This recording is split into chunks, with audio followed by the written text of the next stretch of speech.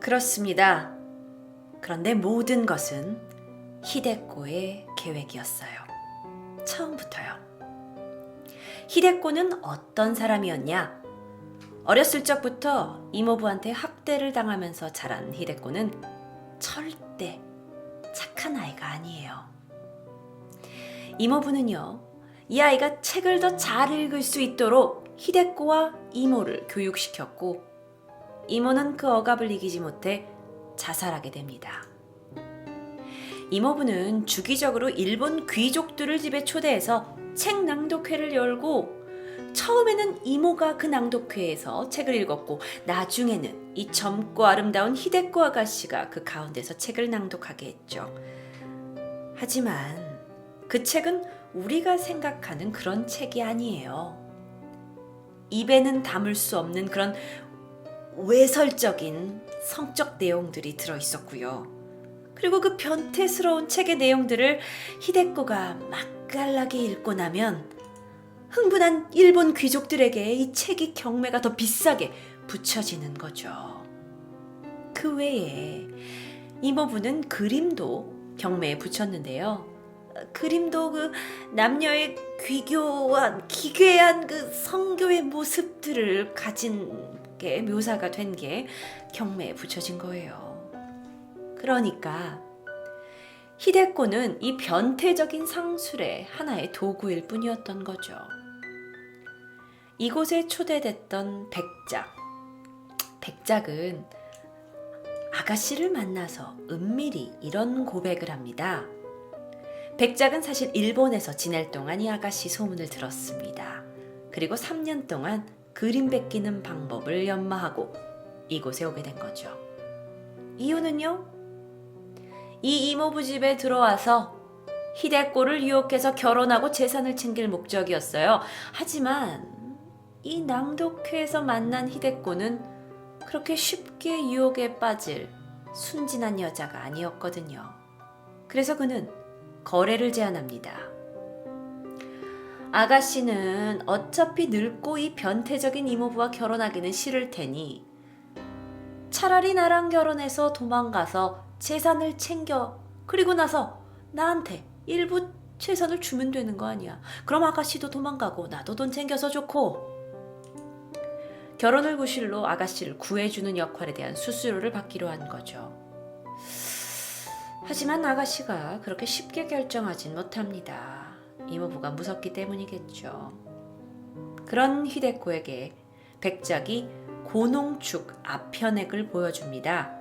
이게 3방울이면 어떤 사람이든 바로 잠에 들게 하고, 만약 이 한 병을 통째로 들이키게 되면 누구든지 5분 안에 사망하게 되는 약이었죠. 백작은 결혼 후에 이 약을 예물로 주겠다고 약속해요. 아가씨는 제안을 받아들였고 백작에게 한약 하나 구해줘요. 그래야 일 끝나고 내 이름으로 정신병원에 쳐놔야 의심을 덜 받을 거 아니야. 멀리 도망갈 수도 있고. 그렇게 수키가 온 겁니다. 수키는 순진하고 착한 아이였어요. 그리고 히데코는 이 착한 아이, 정성을 다해서 자기를 돌봐주는 이 수키에게 정을 느끼게 된 거예요. 두 사람은 하녀와 아가씨, 어떤 그 이상의 감정을 공유하기 시작했던 거죠. 하지만 백작은 아가씨를 밀어붙입니다. 행여나 수키가 알아챌 수 있으니까 절대 긴장 늦추지 말라고요. 그래서 결혼 전날까지도 히데코가 백작한테 완전히 마음을 뺏긴 모습은 보여주지 말라고 해요. 그래야 수키가 끝까지 역할을 해낼 거고 끝까지 따라와야 정신병원에 넣을 수 있을 테니까요. 백작과 산책에 나갔을 때도 말이죠. 수키가 사실은 이 백작과 히데코가 키스하는 걸 볼 수 있는 그 장소에 가서 둘이 기다렸던 거예요. 그래야 일이 순조롭게 진행되고 있다는 걸 수키가 믿을 테니까요. 하지만요, 우연히 수키와 아가씨가 한 침대에서 있던 그날 밤 기억하시죠?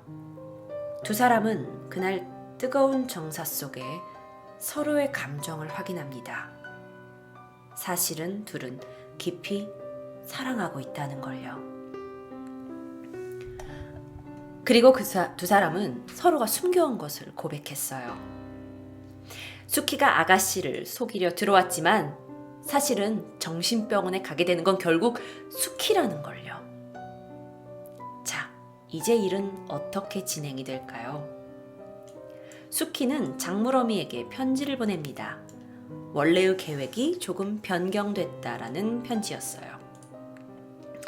그리고 세 사람이 저택을 떠나기로 한 날, 이모부가 아끼던 서재에 갑니다. 수키는 자기가 사랑하는 이 히데코가 그동안 이모부에게 억압받고 이 변태적인 이 경매에서 하나의 도구를 이용했다는 게 너무도 화가 났어요. 그래서 그 이모부가 아끼던 모든 책을 물에 던지고 서재를 다 망가뜨리면서 히데코의 이 지저분한 잊고 싶은 이 과거를 청산하게 되죠. 그리고 둘은 새로운 미래를 꿈꿉니다. 히데코는 드디어 도망칠 수 있었고 백작과 결혼식을 옮기고 나서 재산도 현금화할 수 있었어요. 근데요. 지금 수키가 정신병원에 갇혀 있는 거잖아요. 이건 뭐죠? 두 사람이 모의를 했다면 왜 수키가 정신병원에 있는 거야? 일단 수키를 정신병원에 넣고 돌아와서 백작이 히데코에게 사랑 고백을 합니다. 내가 이 일을 모의하다가 당신에게 정말 사랑에 빠졌다는 거죠. 그리고 함께 블라디보스토크로 도망가서 결혼을 하자고, 새로운 삶을 살자고 제안하죠. 그날 밤 히데코는 백작이 자고 있는 호텔방에 찾아갑니다. 그리고 당신의 제안을 받아들이겠어요? 하면서 그를 유혹해요. 같이 도망가자는 거에 그녀가 찬성을 한 거예요. 그리고 백작은 히데코가 건넨 잔을 받아들고 둘이 축배를 드는데 백작은 이내 깊은 잠에 빠집니다. 아가씨에게 예물로 준 그 아편에게 취한 거죠. 한편 이 열악하기 짝이 없는 정신병원에서 있던 수키는 이를 갈고 기다리고 있어요. 그러던 어느 날 기다렸단 듯이 정신병원에는 화재가 발생합니다.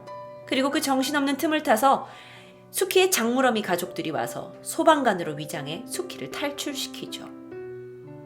수키는 어렸을 때 배운 그 위조 기술로 여권을 만들어내고요.